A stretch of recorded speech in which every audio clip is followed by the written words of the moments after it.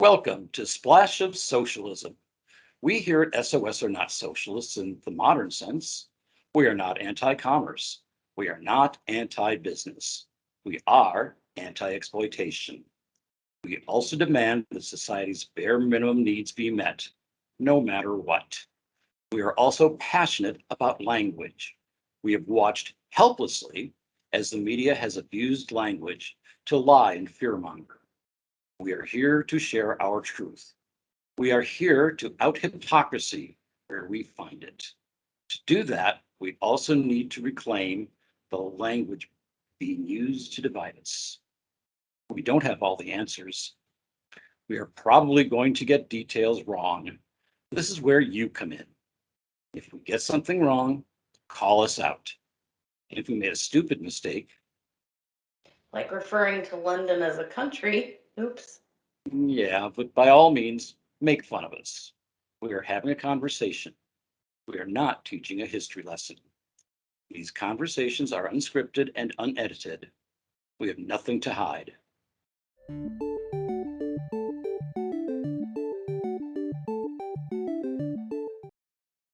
Welcome to SOS. My name is Laura Hodge, and I'm joined by my co host JT. Assisting us is Tristan the Tech Whiz. We are going to start each episode by reviewing a few related policy topics from my website, proudprogressivepatriot.com, and then we are going to have an unscripted conversation about those topics. And we will end each episode by answering what should be an obvious question, but somehow still seems to be in debate. Today, we are actually going off script from my website. I want to talk about two issues that I do not have on my website because my solutions to the issues are not as well formulated as my other policy views. I just know something needs to change. And I think these are important issues to discuss before we leave the electoral topic and move on to national security and foreign policy issues. Excuse me. I think that all congressional personnel votes, votes against other government officials, such as censures, impeachments, etc., should be conducted via anonymous ballot. I fully believe in the accountability for our legislators and believe they need to be held accountable for how they vote. But I think personnel votes should be the exception. Anonymous ballots would allow a legislature to vote their conscience and not cave to party pressures. I also think there needs to be some kind of veto power against the Speaker of the House and Senate Majority Leader for refusal to bring bills to a vote. I don't know if it needs to be a three-quarter majority of the chamber or what, but the fact that the Senate Majority Leader can brag about his desk being a graveyard of bills seems inherently anti American. Well, So, JT, what are your thoughts? it seems to me that this may become the third time in the last 5 years that I have prayed to whatever gods there might be that somebody strike down the totally out of control Speaker of the House. Yeah. Um, I got infuriated. I didn't think there had to be some legal precedents that prevented him from the two Supreme Court justices he slipped in. you're talking about And Senate Majority Leader, not Speaker of the House. oh, you're right. Checking. I was Yeah, on no, my I agree. yeah. No, Mitch The Senate Majority McConnell. Leader, Mitch Yeah, McConnell, when he was Senate Majority right, Leader, right, because exactly he's who. the only one that actually buries bills. Yeah, And so, yeah, I had always wished there was some higher authority than Mitch McConnell. hey, we're supposed to have checks and balances across the board on our whole system, and I don't think it's just an oversight somehow that this person would have so much control over what gets even brought up for a vote. And I'm sure, the same issues exist in the House, but the Senate is where we really saw it recently. And like I said, Mitch McConnell bragged about, bills dying on his desk. We struggle with, the concept that our Congress is do nothing Congress, that nothing ever gets done. And like, while it's fair that nothing ever gets like completed, I don't think it's fair to say that nothing gets done because something like 400 plus bills came out of the House, um, and died on Mitch McConnell's desk in the Senate. Like never, and they were things that were really popular with voters. And Mitch McConnell's just like, nope, not touching it. And there has to be some way for the other members of the chamber to be like, no, dude, we all want to vote on this. And as you said, censure something, anything, impeach him. Well, I mean, that's talking about two separate issues. Um, I think censure is a pretty useless. I agree. You're making a note for the history books, whatever. I don't, No contest. but I don't think Mitch McConnell has actually done anything we could impeach him on because, unfortunately, all of the fuckery he has, engaged in is totally legal somehow. Hmm. And Somehow yeah, there's got to be a rein on his discretion. That yeah, should be checks and balances. and maybe we need to do it like cross chamber. I don't know how that would work, but like, if enough people in the house say something like, "No, guys, you have to fucking vote on this," and vice versa. I don't know. I feel like there shouldn't just be a dead end for progress. One person say so. How about something like a sunset on bills sent to the Senate? And if they're not acted on within, say, if they're not brought to the floor within, say, 90, 120 days, they pass. No, I don't like that. I don't like that Well, because we would end up with a lot of stuff that's not well thought out. That's not that just goes passes by default, and I don't like that. Um, there does need to be something though with um, you know, one person should just not be able to say, nope, I'm deciding for, was it 538 members of Congress that this isn't happening because I said so, yeah, because my corporate donors say so. the president's supposed to be the only one who can do that. Well, even the president can't do that because he has the checks and balances of Congress, right, on his power. So where is the check of power on Congress? It's supposed to be the voters, but Mitch McConnell somehow seems to not be impervious to accountability from his voters, which I cannot wrap my head around. Yeah, Kentucky is such a paradise. I've only met nice people from Kentucky, right? Oh, Like, I me haven't too. met a lot of people from Kentucky, but I've not met any terrible people. I I have haven't an met Mitch ex-sister. McConnell in person. I have an ex-sister-in-law from Kentucky. Even she's better than McConnell. Yeah, I just don't see how he has his voters in like such blinders to what he's actually doing. I don't know. They're the one line, soundbite propaganda goes a long way when people don't have time to research what's actually happening outside of that soundbite propaganda. Well, I think that if you were to check Wikipedia, um, under, under the description of, I just had it. Um, oh, absolute power corrupts absolutely. Mm-hmm. He's the poster boy. Oh yeah, not something we have a shortage of poster boys for in Congress. No, that's true, but his soul just seems doubly damned. Yeah. I, related to that kind of we talk about absolute power corrupts absolutely. Why can we acknowledge that with political power but not capital power? Why can we not acknowledge that unlimited money corrupts absolutely? Oh, they go hand in hand. Uh, Absolutely. just like um, truth is perspective, money is power. Hmm. It all depends.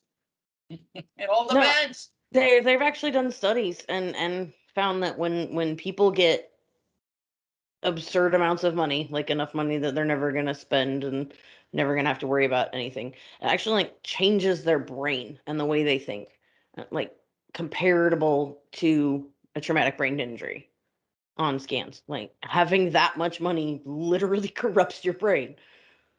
Well, and from the opposite perspective, I've experienced that since I retired. I have nothing but fear that I'm going to make my payments Hmm. next month. I Hmm. mean, fear. I heard today, I was listening to a podcast. Um, I don't remember, it was 44 million Americans or 44%. I thought it was higher. No, it was 44 million Americans live in poverty, which is under 24,000 for a family of four. There's something like 78% of Americans live paycheck to paycheck. Yeah, Like, not I'm more than a probably thousand going to bucks pay in the my rent bank. next month as long as nothing happens. Well, yeah, Why? Why is this the system we've chosen? Why have we decided that this is we're acceptable to not just we're not the scrounge ones who for well, yeah, we're not the ones who chose it was acceptable. We're the ones who chose the people who decided it was acceptable. same thing. I mean, we chose them roundaboutly, I guess. I mean, when your options are so limited. Um, but I feel like, Well, and you have to figure a big part of that is people's apathy. oh, that's all of it. Um, yeah, we're very purposefully kept tired and hungry. La You la la actually, la la la la la yeah. la la la. Um, on the interview follow up I did, uh, without you, I'm sorry to say, um, I actually talked about that, but I don't know where I put it. Oh well. Um, basically talking about the government, but also our employers do everything they can to consolidate power and to keep us tired, hungry, and apathetic. And Because we are the energy that fuels capitalism. right, and if we all decided to actually use the incredible amount of leverage we have with 330 million Americans compared to 500 congressmen, right, we can actually get some real change. But people, they're not even just apathetic because that makes it sound like it's conscious. They're just not engaged because they can't be. They don't have time. They don't have the Right spare there. brain power. They don't have the, uh, I Well, mean, I'm, go the ahead. last couple of years, spare brain power has been like, oh my God, I need it, I need it, I need it. Yeah, it was a wild wake up call for a lot of people with the pandemic when we went to the lockdowns. And for the first time in like two generations, people were able to breathe Yeah. and like reevaluate and like, wow, what am I doing? Like, this is terrible. Why am I doing this? And then a bunch of those people went and got, jobs outside of the restaurant and service industry. And now we're wondering why we can't get people back in those jobs. Somehow we don't talk about the almost 700,000 people that died and what effects that has on labor Mm. shortages. But I think the idea of a labor shortage is false anyway. We have a wage shortage. If you're offering 20 or $30 an hour to fill your position, you're going to be fully staffed. Right.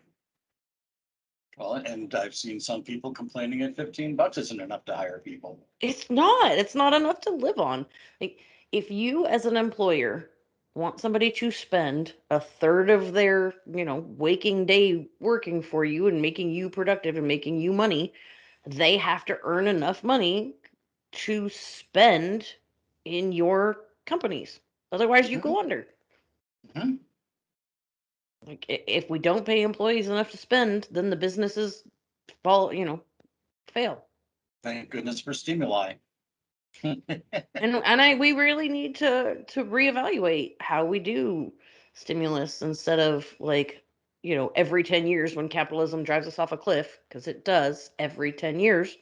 And the everybody, the top or the bottom 90% of us every 10 years lose everything we've fucking gained in the 10 years before that.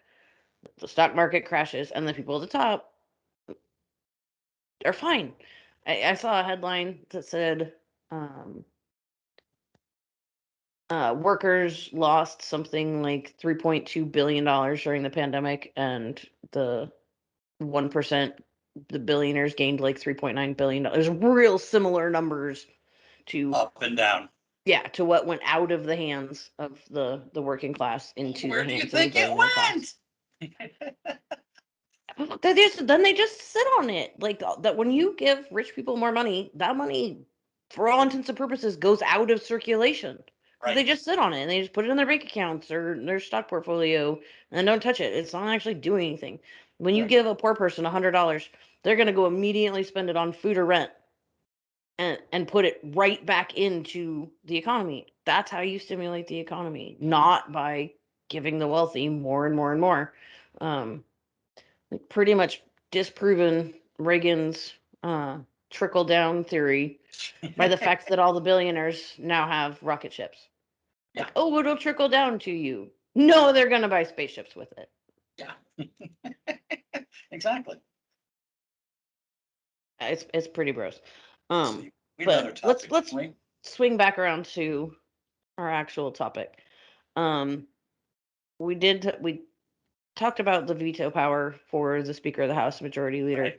but I want to talk a little more about anonymous ballots for personnel votes.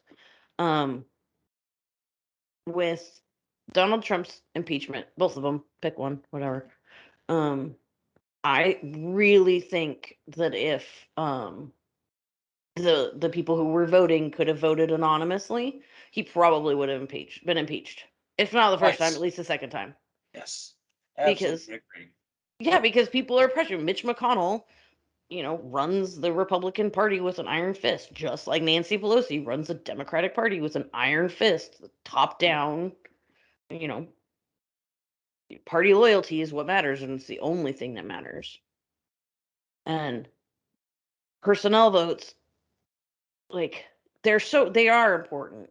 And I totally understand, needing to know what your legislators supported or didn't support, what they voted for, what they voted against, as far as bills, laws, whatever. But I don't think it's necessarily In personnel required. decisions. Yeah, like nope, just here's the majority, yeses and nos. Yep. That will free people up to make I, decisions with their guts instead of with the party and line. why on earth should it be working any other way? Because that's the Why? way it's always been done. More stupid white guys. Shit. Yeah. Well, and Yeah. thank Something's you. got to give, man. Like we're Thank you for entrusting these. Go ahead. thank you for reclarifying anonymous voting because I don't know. I thought you were going to start talking about unsigned ballots or something. Couldn't place that. So thank you. Yeah. No, I'm not talking about anonymous voting in our elections. I'm talking about congressional votes for personnel. Um, yeah, if that wasn't clear. Excuse me. Um, I think we really hit all the points I wanted to. Do you have anything else you wanna? Yeah, but it's not really on target. But That's all right. how much thought have you given to the fact that should you win, you'll be working for Mitch McConnell? Oh no, you I won't won't. No, be, no, no, no, no, no, no, no. but I I'm will be sorry. working for Kevin McCarthy, which may be Oh, worse. yes, exactly. Ugh. Except I won't be working for him. I will be working for the people of Arizona, Mhm. despite Kevin McCarthy. I'm gonna Yep. have to deal with him. And Andy Like the Biggs and Yeah, well, hopefully if I'm there, Andy Biggs won't be. But um, I definitely will have in my caucus the Marjorie Taylor Greene, Lauren Boebert, and Matt Gaetz, and that's not a group of people I really feel like identifying myself with. well, who But knows? By again, twenty with this by 2024, half of them will probably be gone. we'll If the see. if I don't the know if that, or the we're gonna crap have more if of the them. crap catches up with them. I don't know. We're really with the voting restrictions that are being put into place across the red states. Like, I really think we're probably going to end up with more of them than less of them after 2022 and 2024. I know. That's why I'm doing this. I Like, know. because in the next, 2 to 4 years, shit's either gonna, we're either gonna, you know, turn this slow moving monstrosity into something that works for other people, or it's gonna fall the fuck apart. And No, it'll be torn apart. sure, whatever violent metaphor you prefer. Um, but seriously, I pay attention, and I'm, on the verge of becoming a straight survivalist. Off grid, get me out of, get store my own water and hunt my own food, because we are headed to some ugly fascist shit if we don't do something. I agree. So that's Anyway, is there that's anything why stupid out there? Hmm? Is there anything stupid out there? I mean, there's lots of stupid stuff out there. Anything we want to talk about?